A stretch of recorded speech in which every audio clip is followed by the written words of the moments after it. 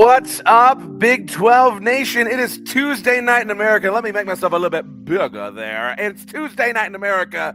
That can mean only one thing. It is time for another edition of your favorite YouTube-centric Big 12 college football only show. That's right.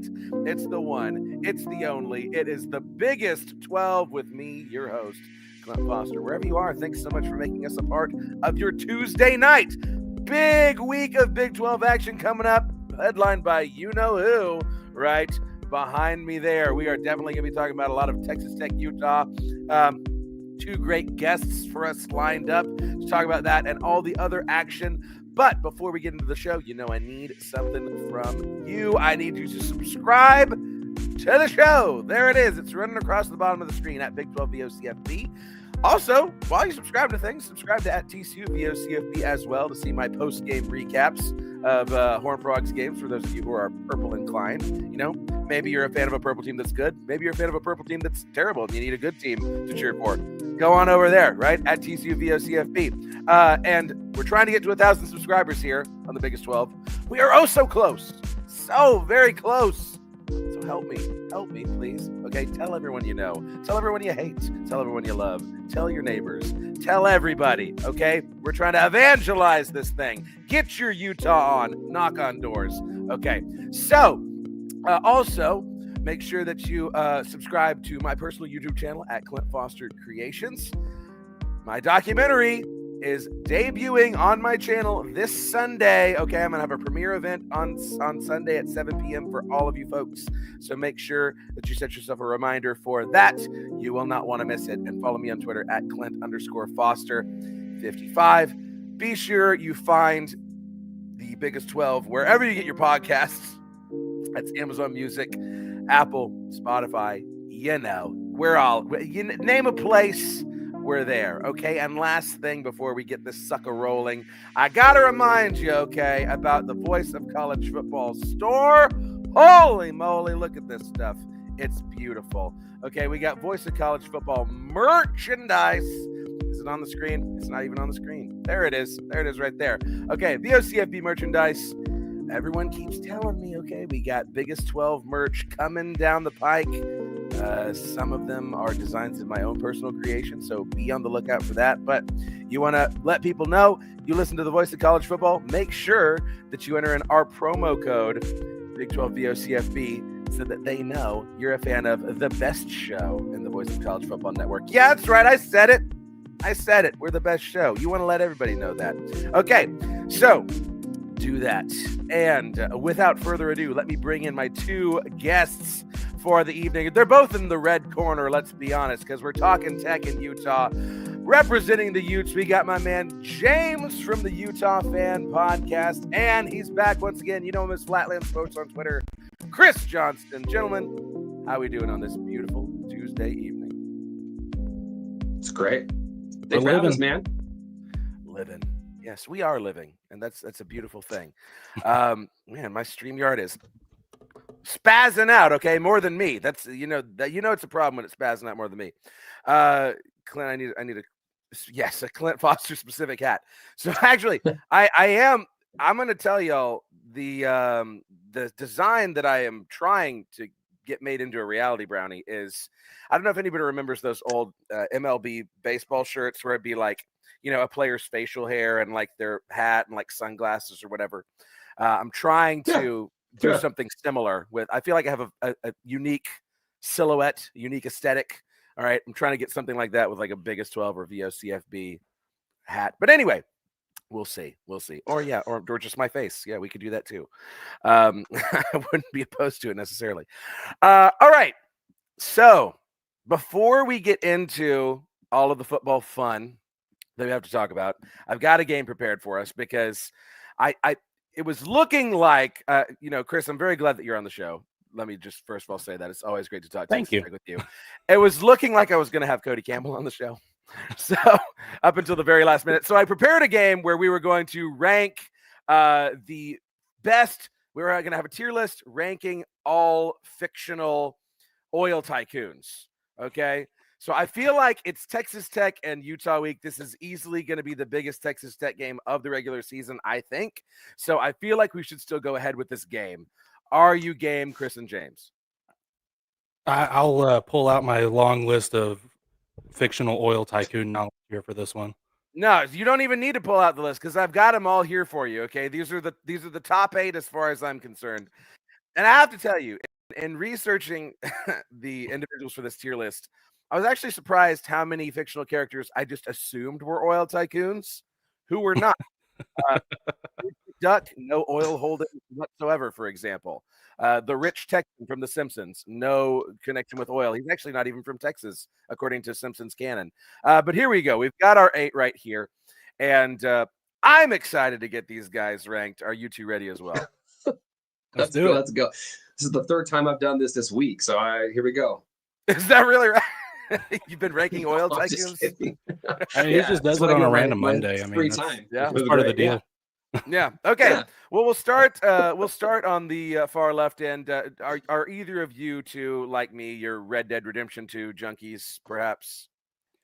I have actually never played the game. Oh my God, Once. Chris!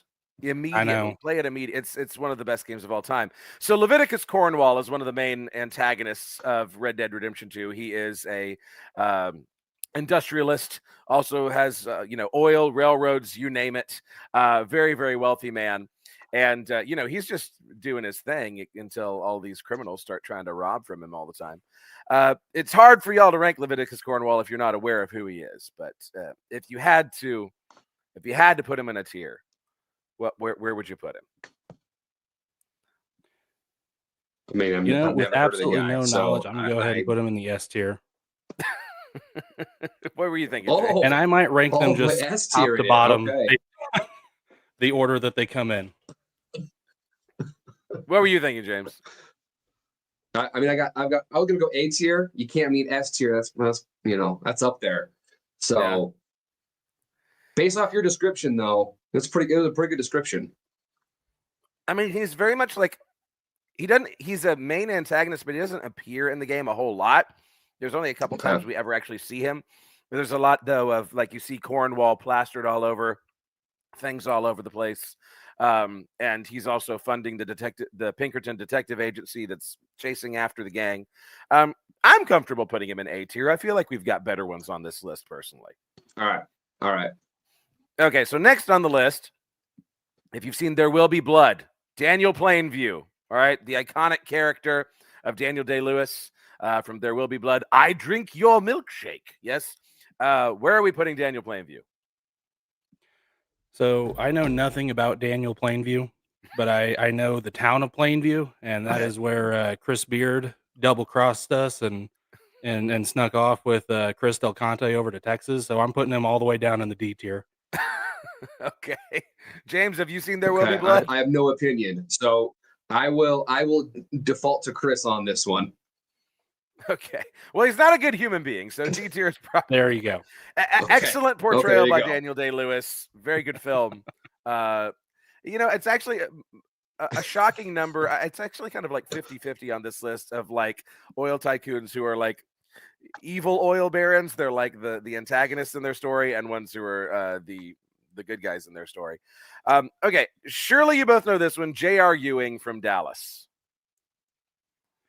He's a solid B. He's a solid B guy. I mean, I'm familiar with Dallas.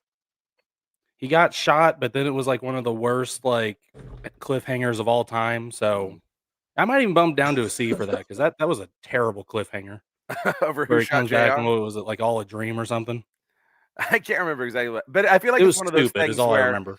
I feel like it's like the Jack Sparrow quote where it's like, "You are the most horrible pirate I've ever seen." He's like, or "You're the most horrible pirate I've ever heard of." But you have heard of me, right? Yeah, you have heard of me. Okay. I think you should be at B for that reason alone. Any pushback, James? Nope. No arguments from this side. Okay. We've also got Jed Clampett from Beverly Hillbillies, as we all Great know. show. Yes, he's shooting for some food, and up from the ground comes Bubbling Crude, and then he moves to California. Where are we putting Jed Clampett? That's the American dream right there. So we're putting him in the S tier. I mean, I'm on he board. Yep. just like S-tier trips it. over some oil and ends up moving to Beverly Hills. Yeah, I'm totally down with putting Jed in the S tier. Good guy. Which, by the way, it totally never even occurred to me until recently that Jed Clampett is played by Buddy Ebsen, who is also the Tin Man in The Wizard of Oz. Same guy. Oh, really? Yeah, or he was the Didn't know original that. Tin Man. The original Tin Man before he got like Before poisoning in the his makeup. what was it, Yeah. like aluminum poisoning from the Yeah, paint? Lead aluminum poisoning or something. Yes. Ugh. From the lead paint that they covered him in. Yeah.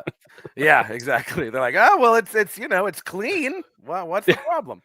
Okay, so now on to the only non-human on the list, Tex Dynaco from the Cars universe, who is indeed an oil tycoon. And he's got, a long horns above his grill and cowhide on the back of his, I don't know what you call that, the back side of the roof of the car. Anyway, Tex Dynaco, where are we putting him? That's a solid A, just for the aesthetic on the Cadillac, really. I'm okay with putting him in A. James? I'm good with that. Yeah. Yep. He's a very nice guy. He's definitely a nice oil tycoon, unlike these three. Yes. Right here.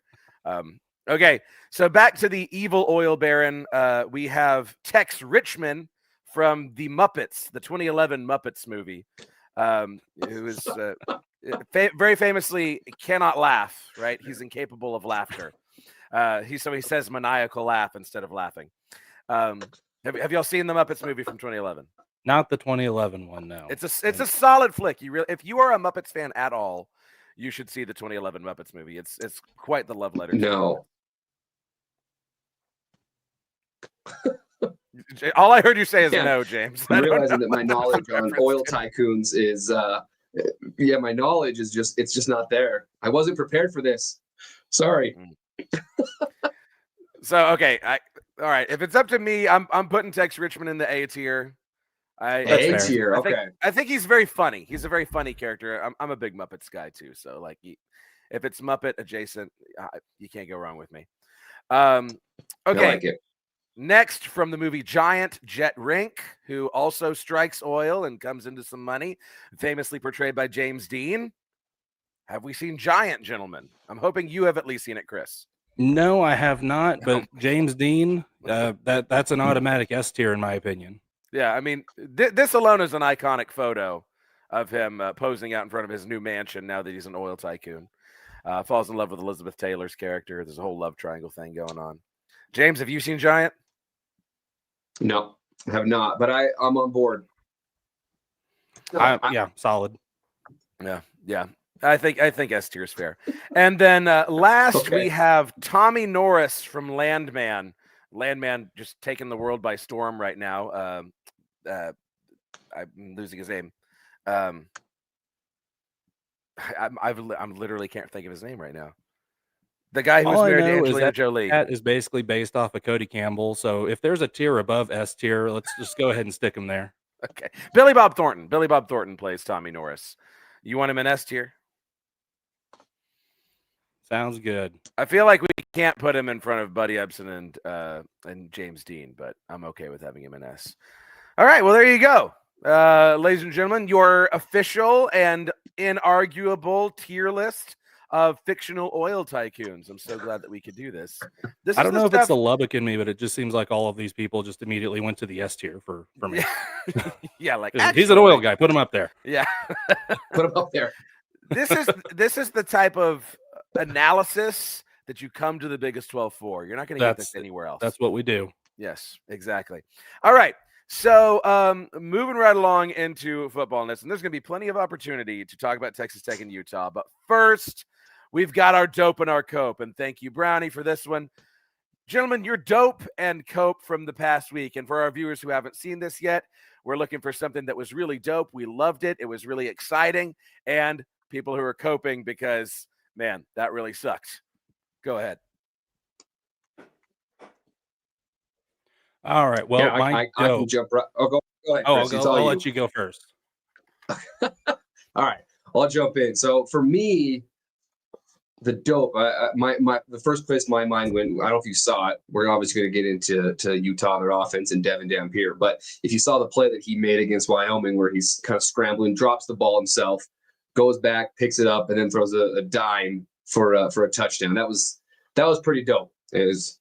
I would hope that most college football fans, unless you're a Wyoming fan, found that pretty dope. And then my cope brings me joy, but my cope would be Clemson. Clemson. I'm sure they're coping over there, but it brings me a lot of joy. I'm not a Clemson guy, but man, a 1-2 start and already a loss in the ACC.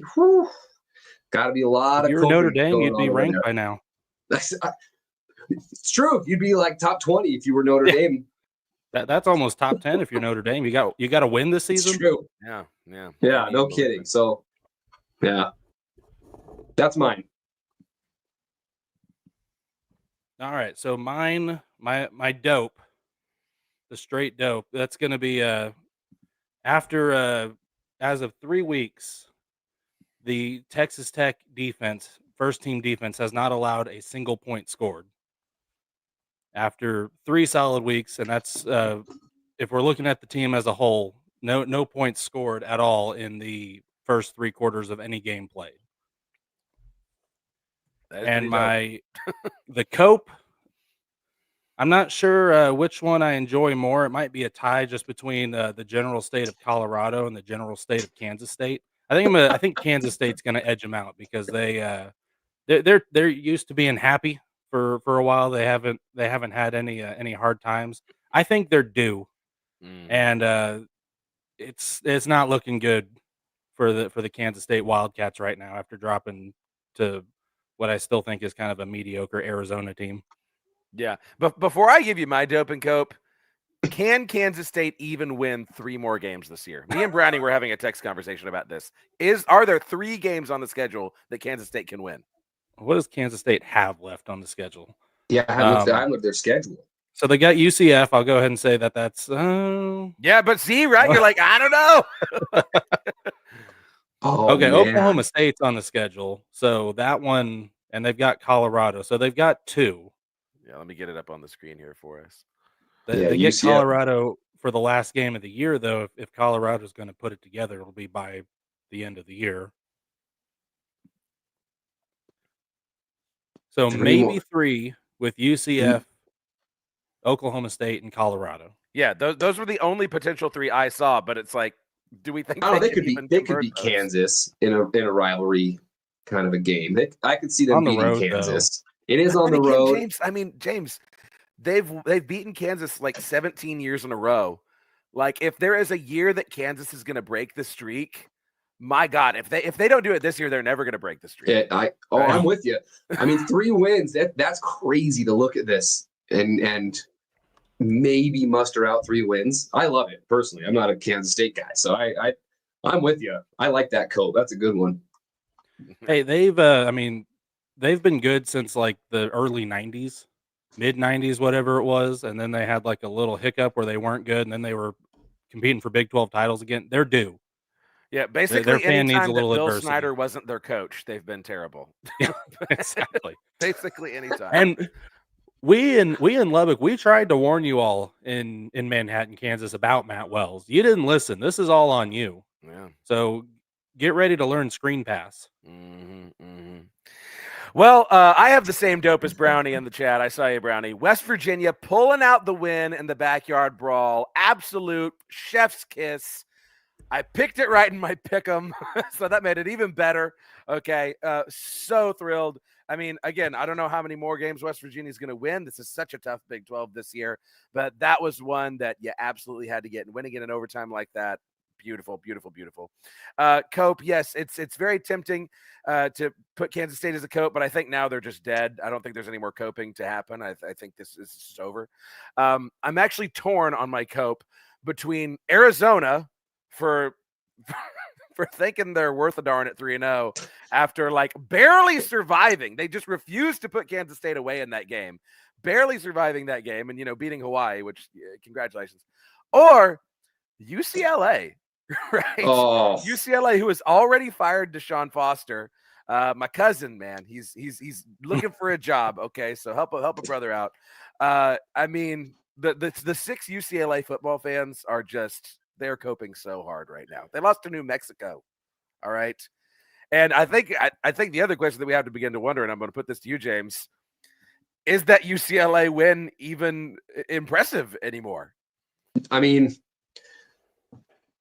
To start the season, I felt really good about it. Yeah, right. And after watching the game, the weird thing about it is they've obviously got talent. Like when you watch them, they've got guys, they've got talent on the field. They just, whether it's coaching, I don't know what it all was, and then obviously the whole Nico situation. But the more that we get further and further away from it, it looks less and less impressive that Utah went on the road and thumped them. I wish they were good. I wish they were 2-1 right now. It would make our win look a whole lot better. But man, yeah, that's a good one. And I don't even know if they have 6 fans, honestly.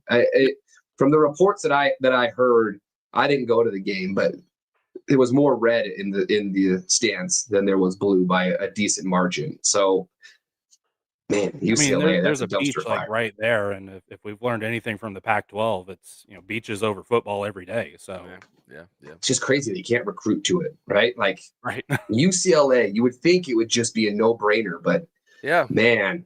Dumpster fire. UCLA hasn't updated their facilities since 1967. I mean, Yeah, they've got that whole syndrome where they think they're good, and it's been like 80 years. Mm-hmm. Yeah. Well, it's like even their stadium. I mean, the Rose Bowl, it's historic, right? It's incredible because of the history. But when you go to the Rose Bowl, it's a lot less exciting when UCLA is painted on the field. Yeah, it's a stadium from 1968 that hasn't been upgraded since 1968. Yeah, hey, you're just hating because you've never been there, Chris. You're just hating because you've never been there. Wow. Hey, you know what? Talk trash. One of us has won the Rose Bowl, and it's you, Clint. So yeah. I was gonna talk trash to James, but then you were trashing the Rose Bowl as a stadium. So I was like, okay, I'm pivoting. I'm talking trash to Chris then about it. Right? we got 2 Rose Bowl participants on this screen, and it ain't tech. Okay, we're gonna got a quick message for you, and then we'll move on to some of the games next week. College football is even more exciting when you've got some action on the line, and the games are even better when you're cashing in. And the Voice of College Football is the place to be to get the greatest value. Start with my picks. 75% against the money line, 58% against the spread, and I've got a 40-plus year track record. 11-0 in the college football playoff for me last year against the money line, 8-3 against the spread. And I'm just the warm-up act. Steve Merrill of Wager Talk is our ace in the hole, show stopper. 7 years with the Voice of College Football, over 30 years in the industry. Steve gives us analysis on all the big games, but you can't miss Steve's weekly under-the-radar pick. 28-12 against the spread the last 3 years. You also get picks from some of our top analysts here at the Voice of College Football, including Corey Bratta, Matt Zemek, and Steve Dace. Check out those numbers. Become a YouTube or Patreon member for just $99 per month. Go to the main channel on YouTube, click join, and then select the betting tier. Do the same thing on Patreon. Make 2025 a winner now. All right, gentlemen. So there's zero question there's a reason I had both of y'all on the show. There's zero question that Texas Tech and Utah is the game of the week.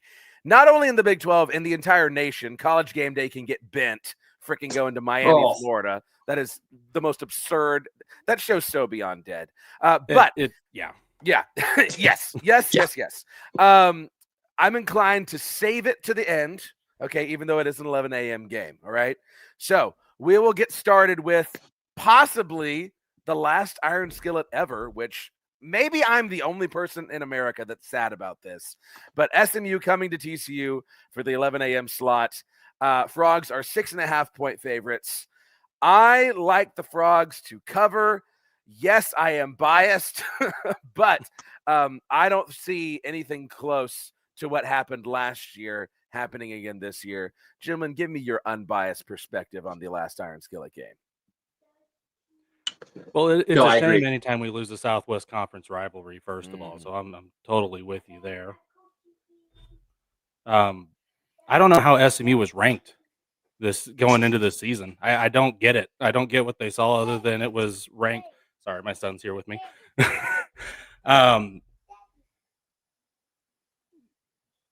TCU looked really, really good against North Carolina. What's the spread at? 6.5? 6.5, yeah. Yeah, I'm going to say TCU is going to win that one by 12. And, I think SMU is a garbage team this year, and I just don't see it happening. That's music to my ears, Chris. I love hearing you say those words. Go ahead, James. No, I agree, especially because it's on the road at TCU. So I think that's a it's going to be a more difficult game for him. And my big thing, and Chris says it.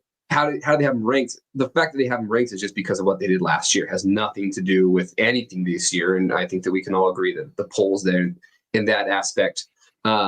I think it's going to be a little bit closer. Personally, I think TCU is going to be a really good team based off of what I've seen. But just like every other team in the country, we don't really know yet. Their win over North Carolina was extremely impressive. But it's also like, how good is North Carolina? Exactly. Yeah. So there's all those pieces. I think 6.5 is a really good number. I can see the Frogs winning by, I would put it more around like the 7 to 10 mark.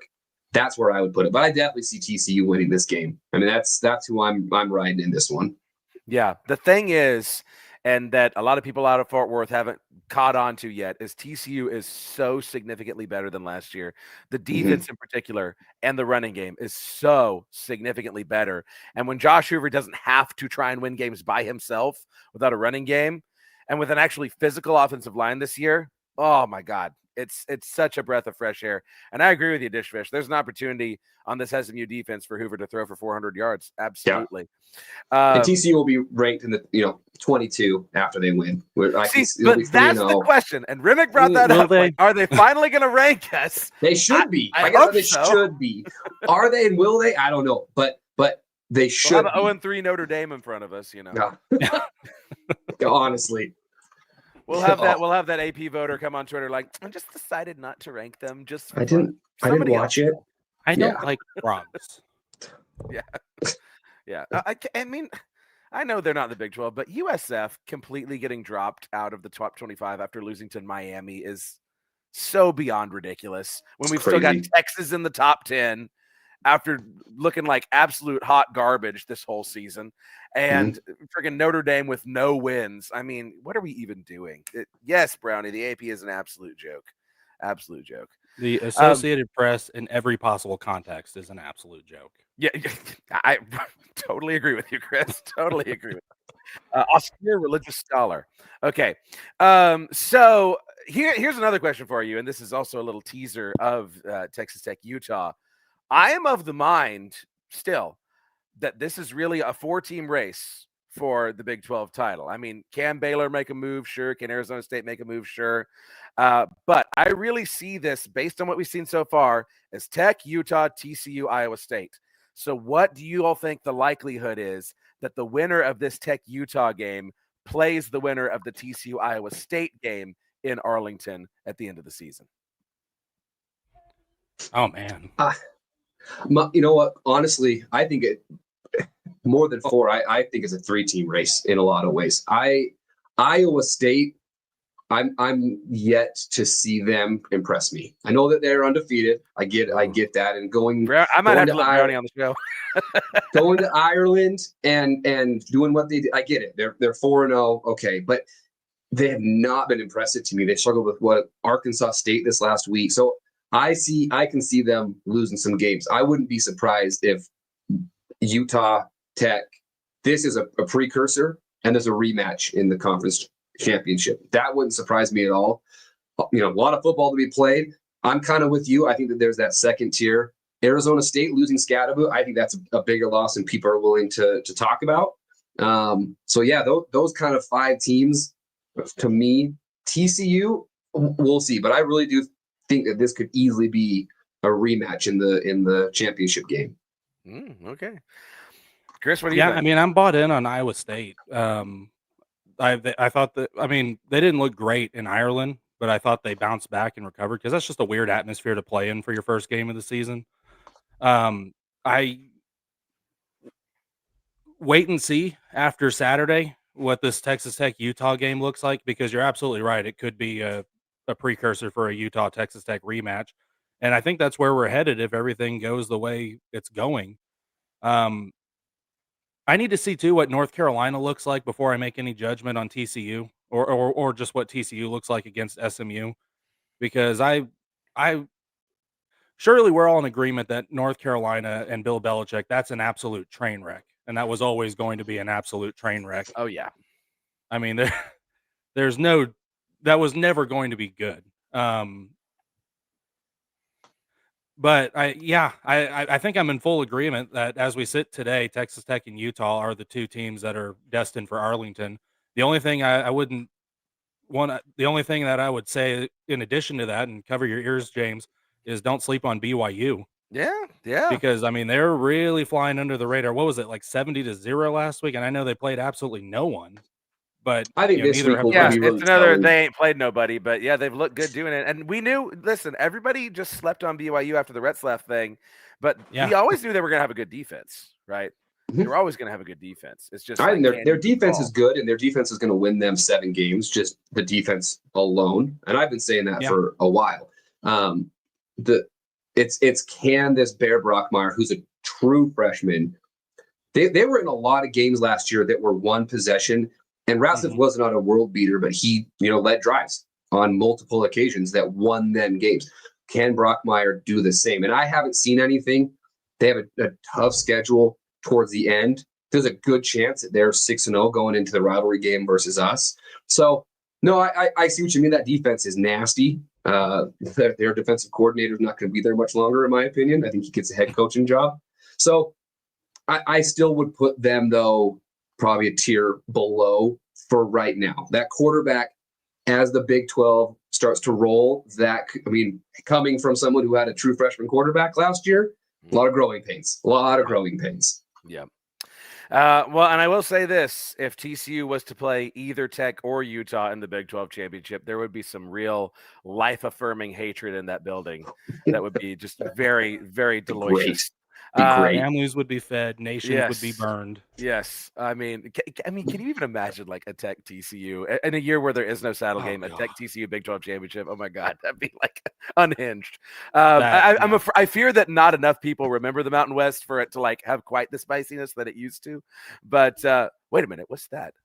By God, that's Brownie's music. Here comes Brownie. He's come to defend the honor of the Iowa State Cyclones. Ladies and gentlemen, how do I get 4 people on this screen? Hold up. There he is. Do it. Brownie, he could not abide the absolute audacity. Yes. No, I mean, there's a lot of justifiable like concern or like side swiping for Iowa State, especially since we didn't really look good against Arkansas State. But the offense that you saw when Iowa State scored in 26 seconds is our normal offense. The rest of the game, we were literally playing on 2 pages of the offensive playbook. We were not doing anything that we were going to be doing in conference play. So Iowa State is not overly concerned. I slightly overreacted because I always have the funny meme where as soon as a quarterback has a rushing touchdown, I always say that they're just a glorified running back. But I personally do not know what the hell the Big 12 is right now. We really can't, because all of our quote unquote good wins are starting to turn out to look like shit, right? Like Utah beat UCLA, who we thought was going to be good. That might end up being 0-12, right? Texas Tech has not really played anybody of importance yet either. Yeah. Like you guys have been blowing everybody out of the water, but like it's not like something that we're like, oh, they're going to put up a challenge against Texas Tech. Like we all just expected a 3-0 rollover. Clint kind of mentioned it earlier too. Like TCU played North Carolina, beat North Carolina, but how good is that team? Like they might be good later, but again, it's the exact same plug and play. And then Iowa State is always Iowa State. So 9 times out of 10, we'll probably blow it towards the end of the season, but counting us out in a race where nobody has proven literally anything yet is a little disrespectful. Yeah. Gotta love the drug stop. I didn't count you out. He's just discounting all of your accomplishments, is what he's saying. Look, hey, El Assico will El Assico every single year. Going across to Ireland and winning, kudos. I don't care who you beat. I don't think K-State's very good, but you did it. and being able to do that on week 0, which is stupid, by the way. Great. It's just like a bunch of other teams, and like Utah too. Like, we don't really know yet. I think that the Iowa game, that's tough. It's a rivalry game, but they're not very good. I did watch that game. It's like I was watching a game from like 1971, right? Like, Don't worry. I It's fell always asleep like that. 7 times in the first quarter. It was rough. And so, but I get it. So, hey, I could easily be wrong. I wasn't a buyer and yeah, I wasn't a buyer last year. And I mean, I was wrong, but they, didn't they lose 2 receivers to the NFL? Am I right on that? Mm-hmm. Yeah, but we're tight end. Yeah. And I think that yeah. So I don't know. I've been wrong many, many, many times. I just, as of today, I still think that they're just that tier below, but who knows? I mean, that's what's so fun about it, right? I think it also, like, when you look at the schedules too, like, we do have a slightly easier schedule than the rest of y'all, because we play against a lot more of the bottom side. Yeah. Which might be our benefit, but like, what's ultra concerning for us right now is, like, our defense is still questionable. I mean, our D line definitely has gotten better, but our secondary is still absolute dookie. And scrambling quarterbacks gives us you got what? Which all of y'all. And you did get an easy draw too. I'm looking. I mean, you got like a 3-game stretch. Good Lord. Hey, I told you. Like, we play 4 games, we get a bye. Dang, we play 4 games, we get a bye, and then we play 4 games and we get a bye. Like, it's literally set up to where we're playing in COVID blocks. And almost all of our harder games are right after a bye. Yeah, you've got BYU, I think, right after a bye. And then your toughest game of the year is going to be at TCU.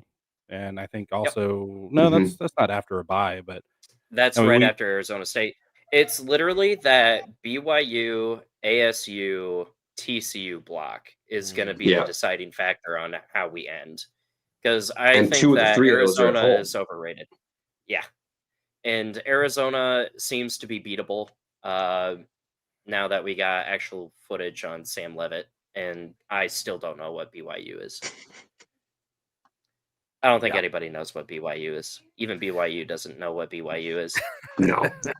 Trust me, living out here. I mean, they know what BYU is. Well, speaking of 2 teams that we really don't kind of know who they are, my next game of the week that I wanted to look at, West Virginia at Kansas. The Jayhawks are a 13.5-point favorite, fresh off of that crapping the bed in the border war. Letting the South rise again. I mean, John Brown is weeping somewhere over that. Do we think that Kansas is 2 touchdowns better than West Virginia? Gentlemen, go. So West Virginia might not win another game this year, but I thought they played a lot better in the second coming of Rich Rod than I expected them to. Like, they were always going to be bad, just because I think Rich Rod just inherited a mess, and that's a way different system and a way different coaching style for players to adjust to. I don't think Kansas looked special either, though. I mean, I don't know if it's a 2 touchdown favorite, especially on the road, but I think I'd take West Virginia to win by 3. Okay. West Virginia to win by 3? Oh. Hot take. Yes, I'm picking West Virginia over the Jayhawks on the road. That is a hot take. Yeah. Okay. Especially since I just said they might not win. I think Kansas win. Yeah, it was a real bait and switch on us there, Chris. Yeah.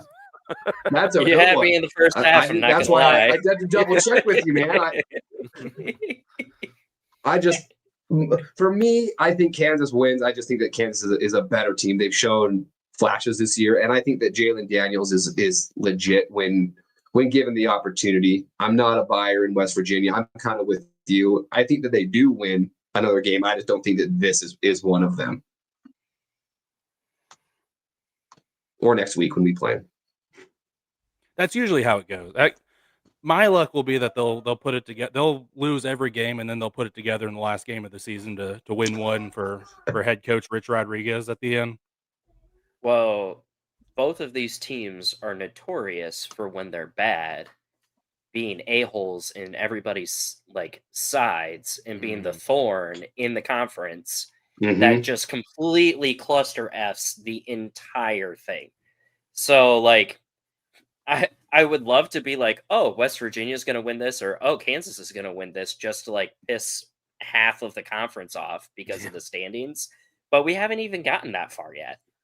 So like I honestly hope that West Virginia wins this, because then like Kansas might go on like this crusade for the next couple of weeks to try to actually play well.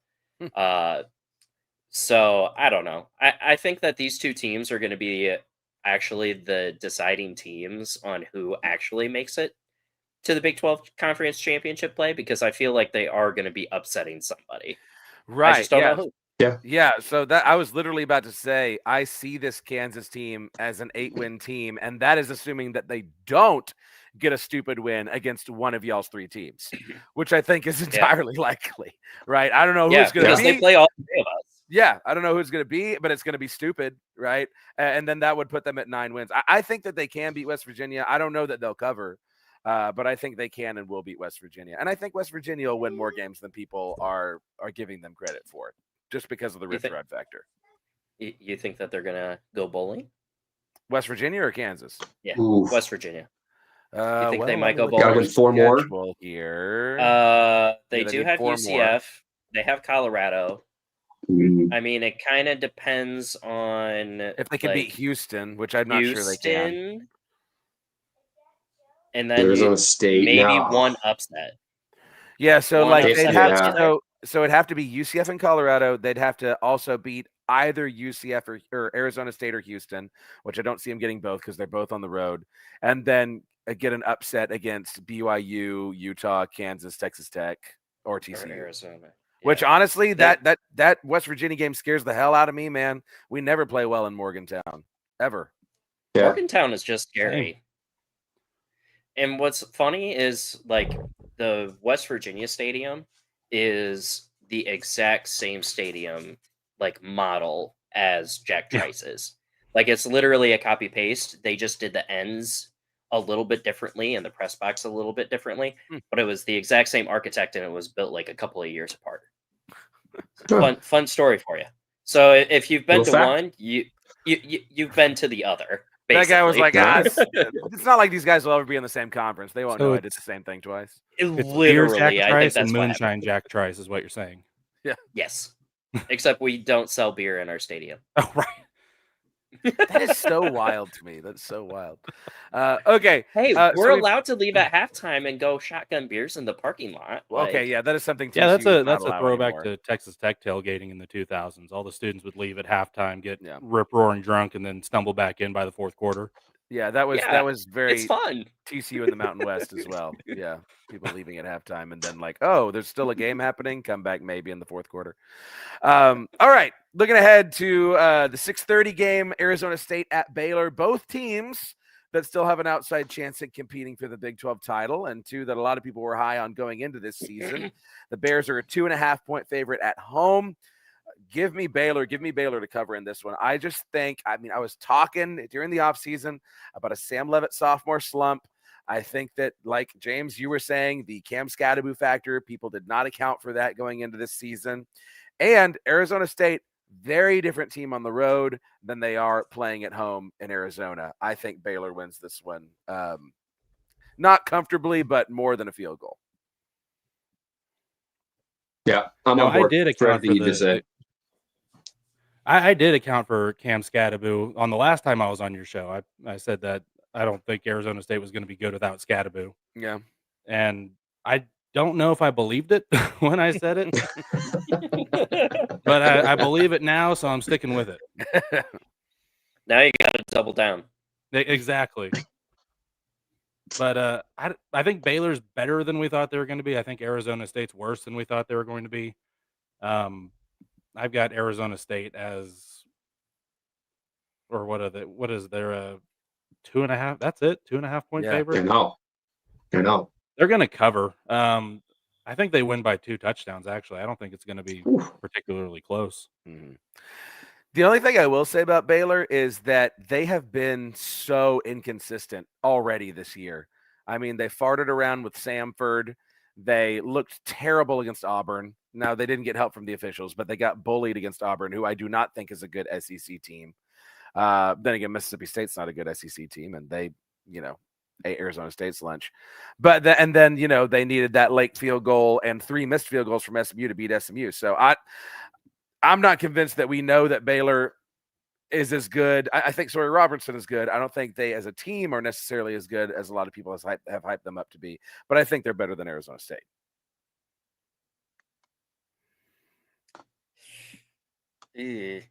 What do you have for me, Brownie? God, this is hard. I think that Arizona State's actually going to be winning this one. I just don't think that Baylor is fully prepared. I would say that they look a little bit better week by week. But if there's one thing that I actually like about Arizona State, it's Kenny Dillingham. Like, Oh, absolutely. The dude is literally what every college fans coach mindset is, because as soon as they lost that game, right, he basically came out and he's like, you don't know what our team is going to be like. I don't know what our team is going to be like. He's like, we could have gone 12-0 this year, gone into the college football playoffs, gone completely undefeated. He's like, next year we could go 0-12. You don't freaking know. I don't freaking know. We could win 3 games this season. He's like, so quit asking me what we're going to be doing, because we're going to try to get better, but I don't know if we're winning or not. And I was like, hell yeah, man. I love this. Where Aranda, after the Auburn game, is like, oh, what went wrong was literally everything, and we're gonna try to fix everything, and we're gonna be stronger because of this and adversity, and very diplomatic. Where Kenny is just like, dude, we lost because we sucked. What more do you want me to say? I'm just not fully sold on Baylor yet. I think it's going to be the exact same situation as last year, where they don't get it figured out until the end of the season. And then by that time, is it going to be too late? It's going to be just enough to keep Dave Aranda there one more year. Let's hope. I was going to say, let's hope. You'll love to see it. Let's hope. Is it going to got him be as a solid the 7 and rivalry? 5. Is it going to be the rivalry that turns it around again this year? Don't be saying is that going to be? Hush your mouth. Is that going to be? Is that going to be the deciding factor here? Well, if it's the deciding factor, it's going to be him getting fired. That's what it's going to be. All right. So before we get to our game of the week, I do want to remind y'all about one of our new sponsors on the show, Novig. This is a new sports gambling isn't the right word. Sports betting app. Okay, wherein you buy coins to play with. Very, very fun stuff. If you use our promo code VOCFB Big 12, that'll let them know that we sent you, and that'll be very exciting for everyone involved. We'll, get our back scratched for that, and that would be very nice. Participants must be 21 or older. If you have a gambling problem, call 1-800-GAMBLER. Ask Michael Jordan. It's not something to play around with. Okay. So, but yes, download Novig. Do it today. Absolutely something that you should do. So here we go. Speaking of basketball, I mean, this is like the half-court team. This is like UVA going against, well, dare I say it, Texas Tech back in the day, okay? Like a team that wants to move fast, okay? The unstoppable force and the immovable object. Gentlemen, let's break down this game. Who do you see coming out victorious in Fox's big noon kickoff on Saturday? I'll echo the immortal words of our own Chris Level, and I think Texas Tech is just going to go into Rice Eccles and thump them. Big words, man. Big words. I don't know. It's two unknowns. I think we think they're both going to be good. The nation, the Associated Press thinks they're going to be good. They're both about as evenly matched as you could get. I think it's just I think both teams have really, really good defenses. I think it's going to come down to, the depth, who can just wear out the other one the soonest, and then quarterback play and offense, who can overcome the other team's elite defense. And I think it's going to be one of those, whatever the opposite of a barn burner is. I've El got Texas Asico? Tech to win. Yeah, A pitching battle. an Amish barn raising is what it's going to be, There you and go. I've got Hey, Texas they Tech do this winning pretty 21-17. Oh, you have a Somebody who low lives by scoring game. Amish, they That's build pretty quick. Yeah. I will say, Remick points out there is precedent for a game like this, Utah getting thumped at home. I will just go ahead and remind the world of that before you speak, James. So, James, what do you see happening in this game? no, you're exactly right, right? Like if there had been any situation where it wasn't two undefeated teams coming into this game, really handling their business before this game, it would have been really disappointing. I mean, the best games that were played, Oregon State and then UCLA, who turns out to be a nobody. So I don't know. There's a lot of unknowns. I think that the trenches are where it's going to be won and lost. If Utah, the way that Utah is going to win this game is if they can control the clock. And that's what Whittingham loves to do. Control the clock, stay on the field offensively so that the high-powered offense of Texas Tech can't just come out. We know what they want to do, right? Like they want to come out, they want to move fast, they want to go deep, they want to score a lot of points. So if Utah can control the ball, and that's where Devin Dampier has to, make smart decisions, run when he needs to, all those different things. For me, one of the biggest question marks, I keep hearing about the Texas Tech D-line. So that D-line versus Utah's O-line, and then the flip side of that, Utah's D-line and their O-line, that's where I can see it being won. For me, if it gets into a shootout, that's where I'm really nervous. Utah, that's not what we want to do. We don't want to be into a 42-41 sort of score. So if it's low scoring, like you said, I think that favors Utah. So I think, though, that it's somewhere in the 30s. I think both teams can score. I think both teams will score. I've got Utah winning 34-31. That's where I've got us. Yeah, I think, James, you are right on the money that, to Chris's point, if it is a low-scoring game, that absolutely plays into Utah's favor. I think if you're a Texas Tech fan, you do not want to be in that situation. If it's a ball control game, that is 100% what Utah wants, what Kyle Whittingham wants. You want a track meet if you're a Tech fan. And Tech has a very deep receiving core and a very prolific offense that can run. I mean, hell, it's Texas Tech, right? If they can't do that, then what are we even doing here? Yeah. Brownie, what's your take on the game? I think they're going to El Asico. Not gonna lie. I think that the offenses are really, really good for both teams. I believe that the defense is actually like the shining star in this, however. I don't necessarily think it's going to be how the offenses attack the defense. I think it's how the defenses are gonna have to actively transition and adapt to what the offense is gonna start trying to do. Because if Texas Tech is going to try to pass it down your freaking throat like they normally do, they're going to transition to something else, and Utah has to be prepared for that transition. So I don't really think that it's going to be necessarily the offense, because we both know that these offenses can move. It's more of which defense is going to come out and do the bend, not break mentality. And I personally would love to see an 18-15 game where it's nothing but field goals. Me too. Me too. Sign me up for that. That would be like the funnest thing, where it's literally like 12 attempts on both sides for field goals, and it ends up being 18-15, with the game winner being like a 58-yarder. Like that would just be. Mwah. Would both teams love just to see immediately drop from the AP poll before the AP poll's even released if that happens? Probably, Well, yeah. When that it actually is happened, a worthwhile Iowa was still conversation. ranked. It is a worthwhile conversation. Is the AP poll going to find an excuse to drop whoever loses this game out of the poll? Yeah. They probably will. It's- Oh, 100%. It's the Yeah, Big 12. whoever's whoever loses, that's like immediately like a 17-point. We saw that with Utah last year when we still thought Utah was good. No offense. Yeah. But I mean, Hey. they lost a close game. I can't remember James who they knows. played early on. I know, and dude. I was dropped there for every 17 game. points. It was hell. Yeah. Yeah, I mean, when you realistically look at it, anytime that a Big 12 team loses a singular game, it seems like we just plummet. I mean, Arizona State lost one, and they're now unranked, right? So, but somehow Clemson is still 1-2, and they still get a top 25. I mean, AP is just a freaking joke. We could probably make an 22 Notre entire Dame, segment ranked on number me like 25. thrashing the AP I'd because be here like for half it. of those people don't even get it. Because I mean, Iowa State after Why beating is Kansas Texas State, in the top 10? What are they doing in the top Exactly. 25? Get them out. well, How does it's Oregon drop insane 2 because some spots? of them, Yeah. like you have one team that's not ranked, and all of a sudden they have like a blowout win, like Iowa State when we went 3-0.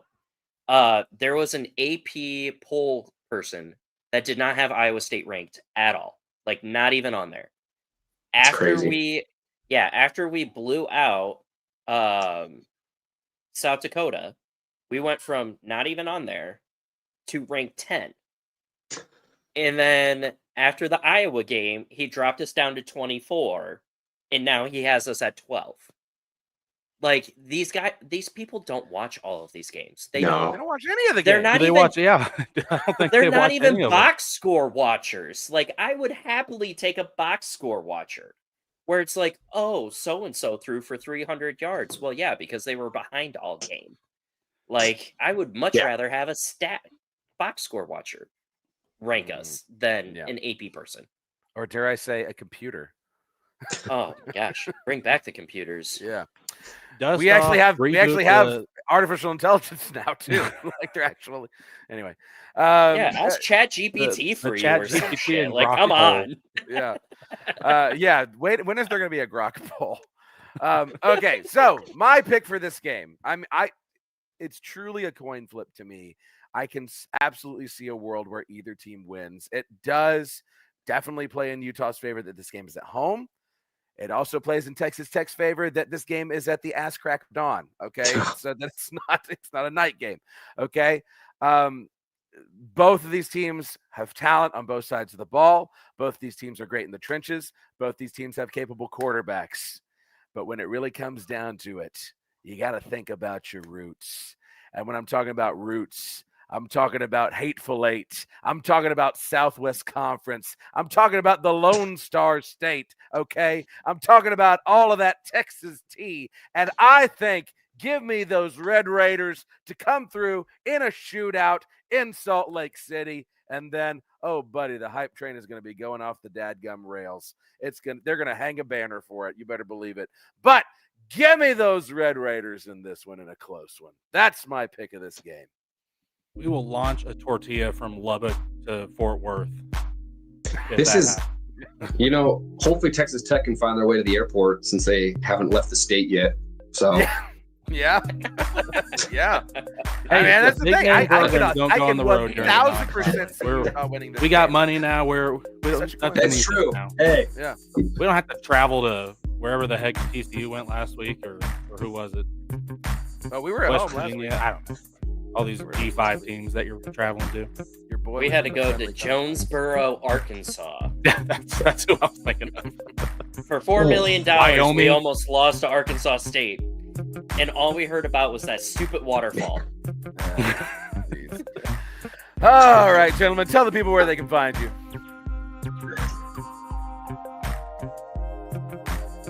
hey, Utah Football Fans Podcast. Look us up. Appreciate you. Thanks for having us on, man. Always. Flatland_sports on X, and then you can find me now at the official Flatland Sports Podcast on YouTube. New episodes Mondays and Thursdays. Give the man a sub.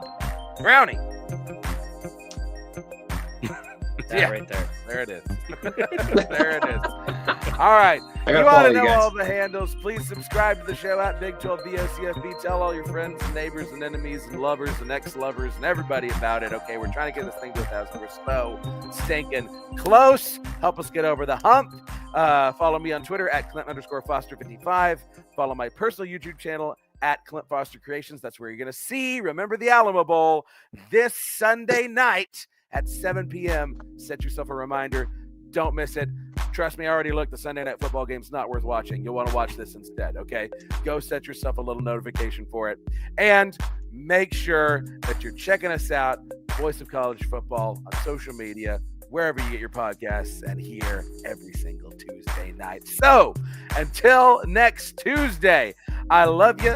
I hope your team wins. And go Big 12. See y'all around. Wreck 'em. We're winning at bye this week.